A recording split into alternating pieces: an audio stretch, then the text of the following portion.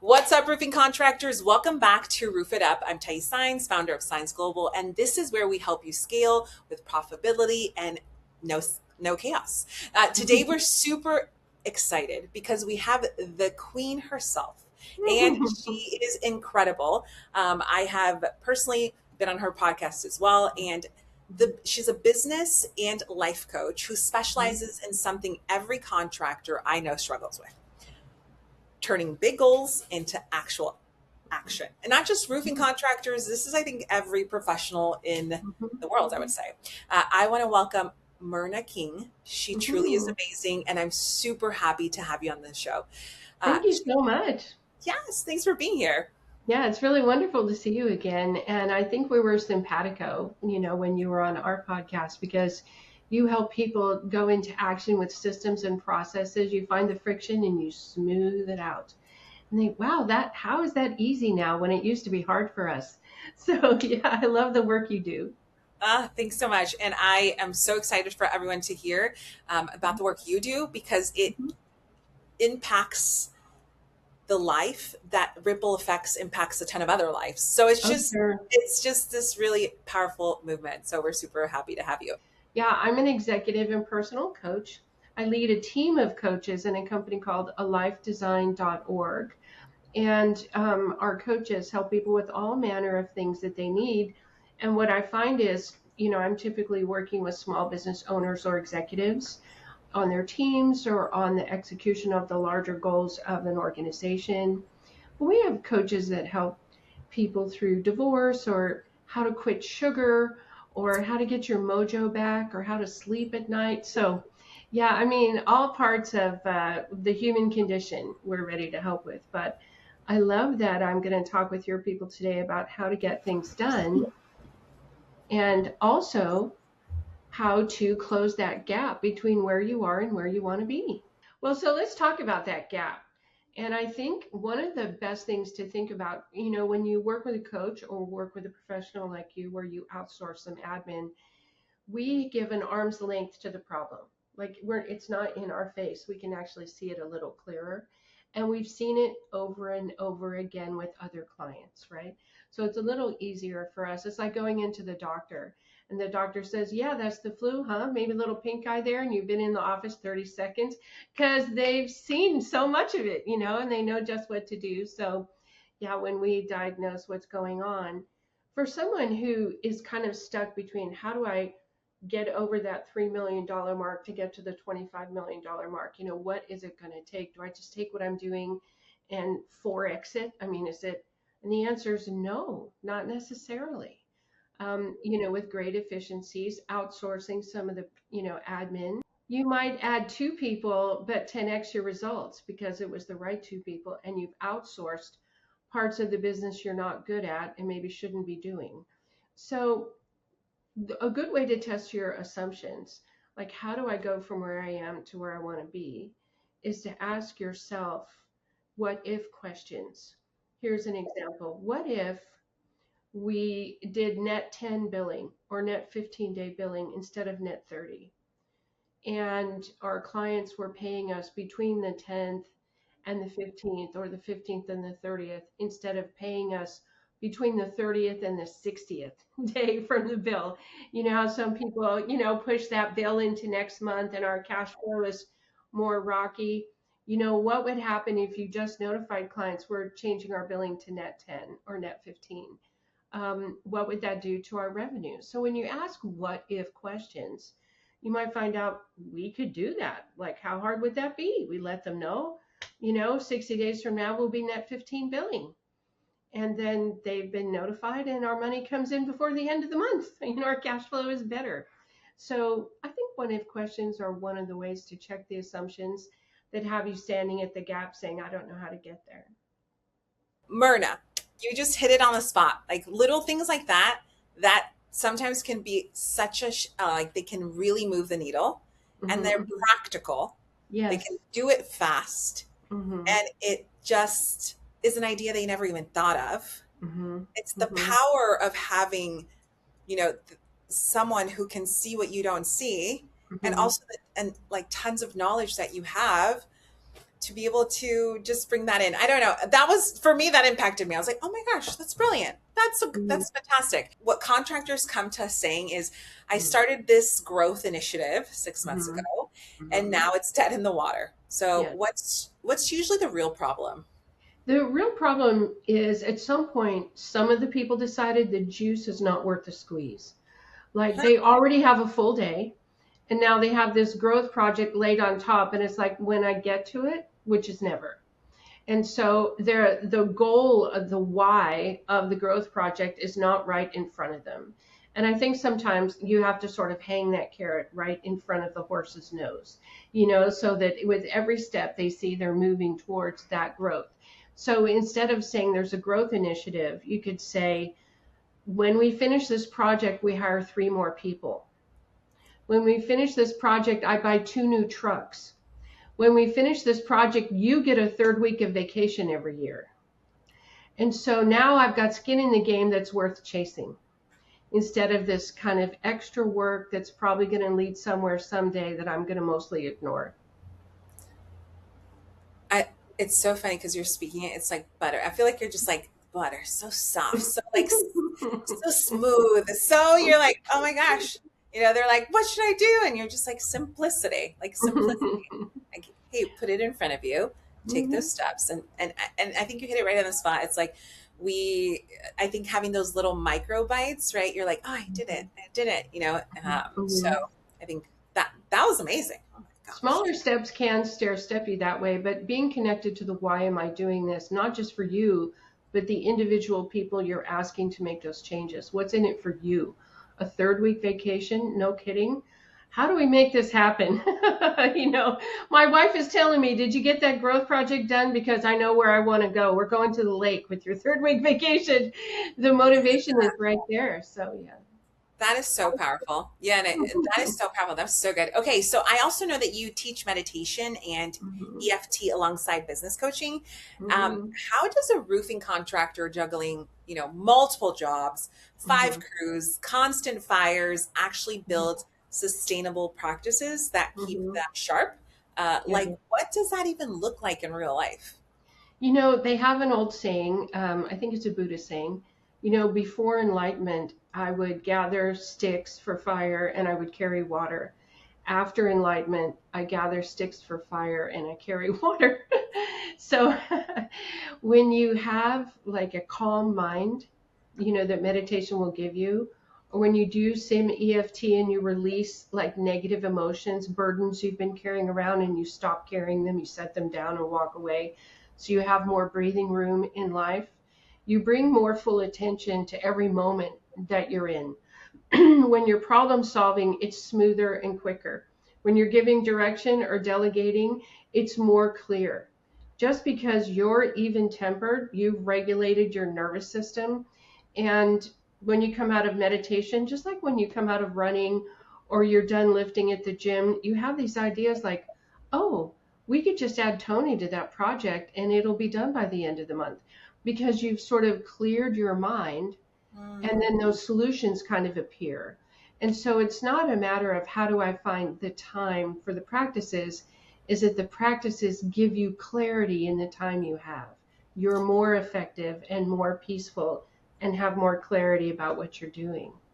And for the listener that's like, what does EFT even stand for? What is that even? Emotional freedom technique, they call it tapping, and it works for about 80% of people, but usually you're carrying some kind of burden that's unresolved. You worry about it at night, or different things remind you of it. It could be a car accident, it could be your uncle that died of alcoholism. Who knows? We all have our little burdens that we carry, and EFT lets you set them down. You resolve it and you stop carrying it. And when you stop carrying it, it's like, I like breathe deeper. I don't worry about seeing a traffic accident anymore because I'm not carrying around that traffic accident that I was in. And so for some people, there's this burdensome thing that just needs to get settled.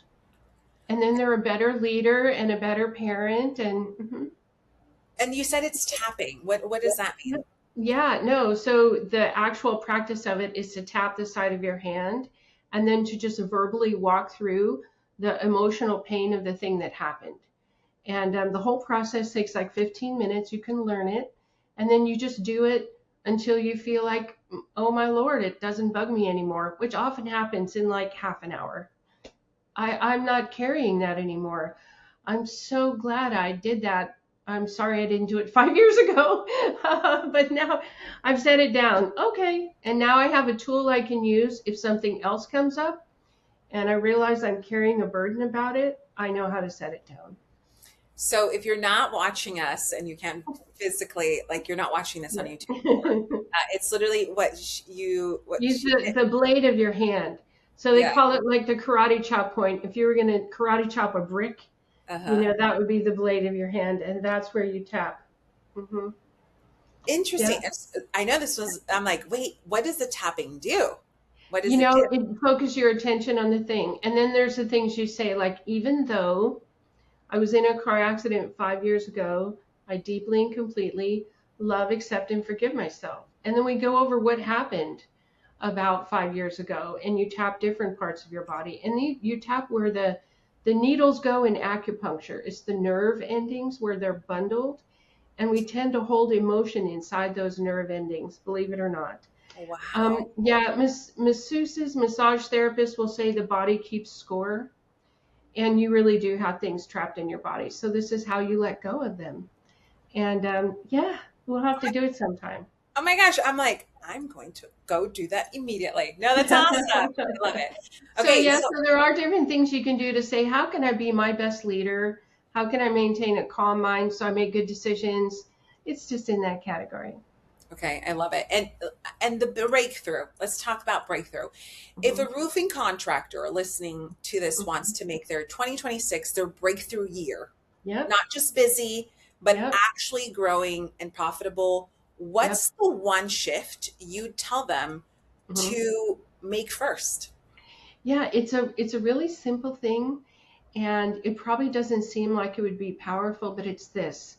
I would poll your team, or maybe it's so obvious you don't need to ask anybody, your top 3 to 5 clients from last year. What were the 3 to 5 best projects?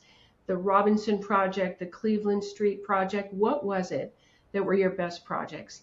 Once you have that short list, you go back to that client with 10 or 15 questions. Like if I billed you on the 10th instead of the 30th, would you care? No. Oh, okay.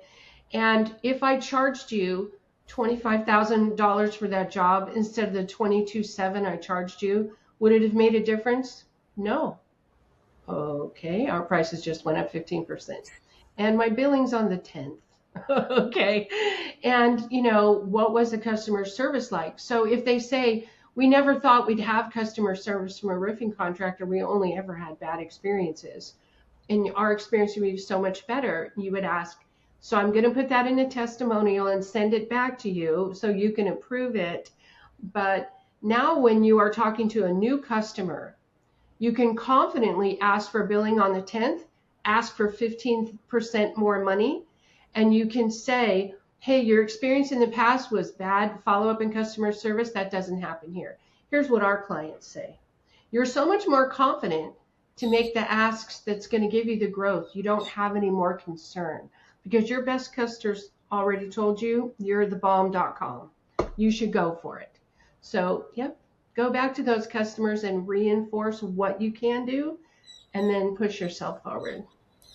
That's so I think this isn't just for roofing contractors. Sometimes we have Mm-hmm. listeners that are in other industries, but isn't Mm-hmm. it so powerful? I think we might all struggle with it at some point. Be like, Mm-hmm. I know we have happy clients, but I get really embarrassed to ask some questions because what if, Mm-hmm. and it's where does that shame come from or embarrassment come from, do you think?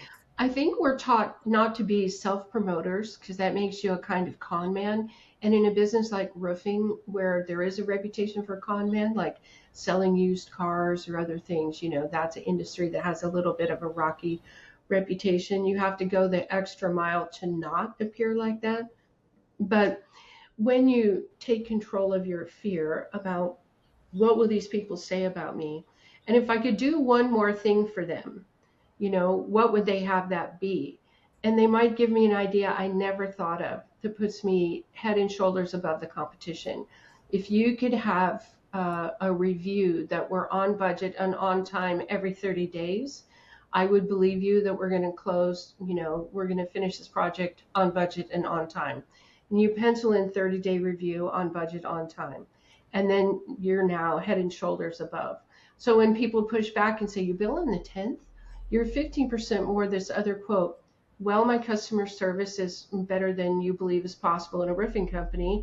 And you're going to know every 30 days that we're still on time and still on budget. What? So, it helps you give yourself permission to do that extra push because you probably are that good. You just lack the confidence, and your clients aren't telling you garbage. They're telling you what you already know, but hearing it from them makes it true somehow. Yeah, it's wow, so powerful. I'm like, I need to go hire you right now. I was like, you're amazing. Well, it's Um, exciting that you are working with quality contractors. People need a roof over their head. They should work with good companies. Myrna, this has been really valuable. If someone's listening, wants to work with you or learn more, where should they go? How should they reach out? Where can they find you on your handles? Like, share that away. Alifedesign.org. And then if you click the About tab and go to the bottom, you'll see our team of coaches. And I'm a co-founder of alifedesign.org and lead that team of coaches. Or just Myrna King on LinkedIn. You can find my profile there. So those are the two probably best ways. As a business and personal coach, most of my leads come from LinkedIn. But with our team of coaches, we're doing a lot of work. And then our YouTube channel is a Life Design Team Coaching, where all our team of coaches do different interviews and things. So yeah, I'd love to connect with your folks and help wherever I can. Thank you so much for being on the show. And one last question. I know this wasn't in our questions, but Myrna, if you could leave one comment to our listeners or something that you would say, hey, I want you to think about this, what would it be? It would be, if you're struggling with something, I recommend you take a deep breath and take out a blank piece of paper and start at the top as if you didn't know anything about it. Every assumption, every previous decision, wipe it all away. Take out a blank piece of paper and say, okay, I'm trying to figure out how to get this program back on budget and on schedule, or whatever you're working on. Blank piece of paper, start at the top as if you know nothing, and make a plan. That's what I would recommend. I love it. And I love everything that you shared today is things that we can literally do right away. It's not something that doesn't take heavy lifting. It just takes, Yeah. it takes boldness. Right. And so I really like that. So, all right, contractors, that's the episode. If this resonated with you, make sure you subscribed because we're bringing you more conversations like this all year. Real talk about growth, leadership, and building a business that actually works for you, not the other way around. All right. We'll see you on the next episode. And drop a comment and let us know what your biggest takeaway was. See ya. Bye.